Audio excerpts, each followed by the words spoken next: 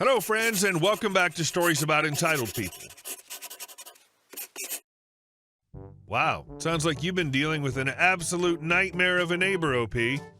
Let's dive into a story of a neighbor whose sense of entitlement really took things to the next level. But before we dive in, make sure to hit that subscribe button, smash the like if you enjoy the content, and ring that notification bell so you never miss a juicy story. My neighbor has been harassing me for years. Hi, my neighbor's been harassing me for years and it's making me anxious. I live alone. Anytime I use my door past 8 p.m. to check the mail, to let someone in, or my partner leaves for the night, they get up from whatever they're doing to open and slam their door. If I've used my door too many times, I call it door quota, even before their 8 p.m. bedtime, they start slamming doors and banging pots and pans. God forbid I take 2 trips out to the trash and 3 trips to the basement to do laundry. I never do laundry or take out the trash past 8 p.m. I had my partner and 2 friends over playing a board game. He called the cops because of the noise. When the cops arrived, they said they could not hear us even from right inside the hallway. They weren't being loud. They've turned off my power 3 times in a row. I caught them coming up the stairs from the basement after shutting it off the second and third time. I'm pretty sure they put dirt in my laundry, no proof it was them, but the rest of my neighbors are great, and you need to live in the building to get into the laundry room. For a couple of weeks, they were putting garbage in the shared hallway in front of my door. Eggshells, onion shavings, diced apple. He stomped on one of my packages. I have this on camera. Their newest thing, which has me the most worried, is they've learned my schedule and are waiting in their kitchen each morning at 6:30 to bang pots and pans. This morning, it was extra aggressive and paired with loud, fake laughter. Someone else in the building had people over late last night, and it must have kept them awake, so they were mad. But I was home by myself and in bed by 9:30, so it certainly wasn't me. So they now know my daily schedule and are taking out their anger at other people on me instead. I've not had more than 1 person over at my home in months. I never play loud music past 8 p.m., and I limit my door use as much as possible. They've made me such a huge part of their daily lives, and I just want to be left alone. I'm now nervous to leave my house for work every morning. The HOA put a camera in the hallway, and I have a camera from my unit pointed out to the parking lot to make sure he doesn't mess with my car or follow me to work. I've changed so many of my daily habits to accommodate them, and at this point, I'm so stressed and scared when I leave my unit. They also have a similar history with other neighbors. They've thrown away gardening stakes, don't plant flowers in front of my window, turned off a neighbor's electricity several times a week for months until we had to hire an electrician who told us that nothing was wrong with the power. Crazy neighbor accused this other neighbor of hacking his TV, so that's why he was turning off his power, and put dirt in someone else's laundry. They must have slammed the laundry room door too loudly. I'm alarmed that they've taken the time to get to know my daily schedule. I've gone to the police to try to file a report a few times in the past, but they said they couldn't help me. Door slamming isn't harassment. I don't have enough proof, etc. Man, that's just infuriating. I can't believe someone would go to such lengths to make their neighbor's life miserable. You've got a lot more patience than most people. And our second story. No, I don't work here, and that's not my manager. So to start, if y'all don't know, when you see someone working a kiosk in a store or mall, they don't, in most cases, work for that store. Usually they're hired by a marketing company that's hired by the store specifically to sell whatever it is. In my case, credit cards for a hardware store. I won't say the name because I like being employed, but I live in Canada and that should give you all the info you need there. This is done because usually this involves a pretty particular knowledge of a specific product as well as the ability to sell and meet quotas and stuff. So the long and short is, I don't work for Canadian Hardware Store, CHS from now on. Now I help people as long as it doesn't get in the way of my work. If they need to know where something is, I'll tell them or look it up on their freely available public app. The unfortunate side of this is that because it's COVID times, there's usually a lack of staff, and if you answer one person's question, it attracts like 4 other people with questions. One day, I was working a later shift than usual, and I was doing my thing, and someone asked for directions for an item. I knew where it was off the top of my head, so I answered. Meanwhile, an older gentleman that looked a bit run down was glaring at me. Now, I paid no mind because I have a resting bee face myself, so I don't pay attention to foul looks alone. He, however, wasn't saying anything, so I launched into my sales pitch for the card, and then he started walking away, so I trailed off and stopped.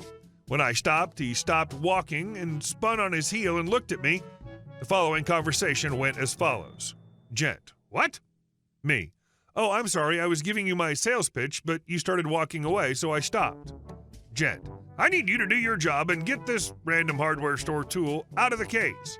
Me: I'm sorry, I don't work for CHS. I don't have the keys if you find someone in a red shirt. Gent: You work for CHS. Me: I actually just work for the credit card place. I'm not part of the CHS team. Gent: Give me your manager. Me: I'd have to call her personal phone, and as this is CHS business and not card company related, I will not be doing that. I'm sorry. Gent: You salesmen are so effing annoying. Some of you will stalk me across the store every time I come in and ask me twice and won't leave me alone. Me, who has not left my kiosk because I'm lazy and don't like wandering. I'm sorry to hear that. They shouldn't. Our handbook and training says not to be aggressive and pushy, though I have seen some people be like that on my off time. I know how annoying it can be. Gent, clearly not knowing what to be angry about and clearly wanting a fight. You should be ashamed of yourself. Me, blinking slowly, not sure how to respond. Gent: You're a panhandler. You're begging for money and taking advantage of poor people. I'm on welfare because this was supposed to be a full-time job and they've only been giving me 1 6-hour shift a week.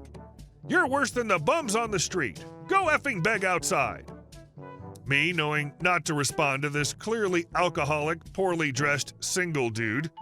Gent: I need you to get the tool out and take me to your manager now. Me, as I said before, I don't work here, and if you find someone in a red shirt. Gent: Nobody effing works here. Nobody works. Nobody works. Where are the staff? Me, sighing: I don't know. They're probably just busy. There are red staff call buttons everywhere around the store. If you press it, someone will come. Gent: I'll find your manager and make sure that all you vultures never work in any of these stores again. Obviously, nothing happened. Nobody said anything. Nobody talked to me about it. The staff never said anything, and my managers never said anything. And it's because I don't effing work for the store and don't have the damn key, jackwagon. Like, I understand not knowing that originally, and I get why you may think that I would work there, but you would think the different outfit, the dedicated kiosk, the lanyard, and the fact that I told you thrice would point out that I don't work here. I think you handled it like a champ. That guy was just looking for a reason to be mad. Blinking in disbelief would have been 100% my reaction as well. And our next story. Refuse to pay for neighbor's expensive fence. Context. This is absolutely ridiculous, but I'd like to get an outside perspective just in case. We moved into a new community. We bought our home mid-August. Our neighbors bought theirs in the beginning of June and immediately put a fence up. They picked pretty much the most expensive fence they could for the neighborhood board and batten or something like that, I think. They have 2 dogs, so it makes sense. We also have 2 dogs, but the property backs up to a tree line and our dogs are off-leash trained, so we didn't get a fence until October when we found a good deal. Honestly, we weren't planning on getting a fence until the summer, but we got a good deal, so we went with it. We picked a simple picket fence. Well, the day after we put the fence up, the neighbors came over to ask for money for half the fence they put up. I politely said we would consider half, but not of the kind they put up, as that's unfair since we didn't pick it. She got a little annoyed, but suggested a compromise of the price between our 2 houses. I said we'd consider, but you need to send us the prices of your fence. She said okay. I gave her my number. I did not get her number since I figured she'd text me. My partner didn't want to pay anything at all, but I wanted to keep the peace between the 2 houses without being a pushover. My partner also asked both our families their opinions, and everyone said they wouldn't have paid. Well, a month later, I got tired of waiting for a text, so I took out money for half of the fence we picked. I went over to give it to her and told her I didn't receive a text, so we just took out $600 since that was half of our fence. Well, she blew up on me, told me she spent a crap ton on the fence, between $6,000 and $7,000, I think, to give both of us privacy that we were using her fence and all this other rambling. I was blown away. I'm not a pushover, but I usually try to find compromises to arguments. I was not expecting to be yelled at since we were still giving her money. Well, I said take it or leave it. We would never have bought the expensive fence. If you wanted money for it, you should have waited for us to move in before you bought it, or talked to us when we moved it so we could have budgeted for that. I even asked her if she wanted us to put up a fence right against hers, and she said no. So I just ignored her and didn't give her any money at all. Well, I told my partner and family, and they all think I did the right thing. Edit. All the houses are new and everyone's buying fences within a couple of days, months of each other. Most people are splitting. We've never owned a house with a yard, so we didn't have to deal with this before. We've never had an issue with a neighbor before. We're also all under 30 years old, which I don't know if that makes a difference. I'm going to continue being a nice person, and I'm definitely not saying yes to people asking for money unless it's an animal shelter or Girl Scouts. This is absurd. Your neighbors put up a fence. It's their fence. They pay for it. You're under no obligation to pay for any of it. And our last story. HOA President called 911 on me for a month. I'm not a member. I live in a beautiful, large house with a huge pool that I dreamed of for many years. I saved money for it for about 10 years, chose the house and designed the pool myself. Everything seems perfect. But there's one problem. My neighbors and their local HOA, Homeowners Association. The previous owner of my house fought with the HOA for years to keep his land from them. He was old and found it hard to maintain the large property, but he did everything possible to sell the house to someone who wasn't a member of the HOA. That's how I became the owner of this magnificent place, promising the previous owner that I would never join the HOA. I love throwing pool parties, and my numerous relatives are happy to come over.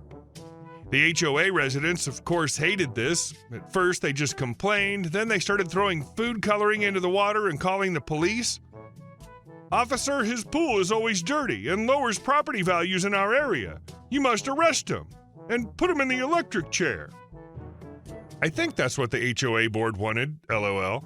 I installed cameras and caught an elderly woman from the HOA board, whom I'll call Karen, throwing dye over my fence into my pool. When the police came again, I showed them the footage. Karen was arrested, and she confessed that the HOA president forced her to do it. Moreover, she revealed that he made her steal a lawnmower from the previous owner. The police found several stolen items from neighbors at the HOA president's house, including the lawnmower that was reported missing by the previous owner. As a result, the HOA president got into serious trouble. After this incident, the HOA left me alone, and the previous owner of the house, learning about my heroics, came to visit me with a good bottle of wine and proudly said he was glad his house and land were in good hands. This HOA tale's a real page-turner. Just goes to show, sometimes your biggest pool problem isn't the chlorine levels, it's the neighbors trying to turn it into a Jackson Pollock painting. Hey guys, thank you all for watching the video. I'll see you in the next one.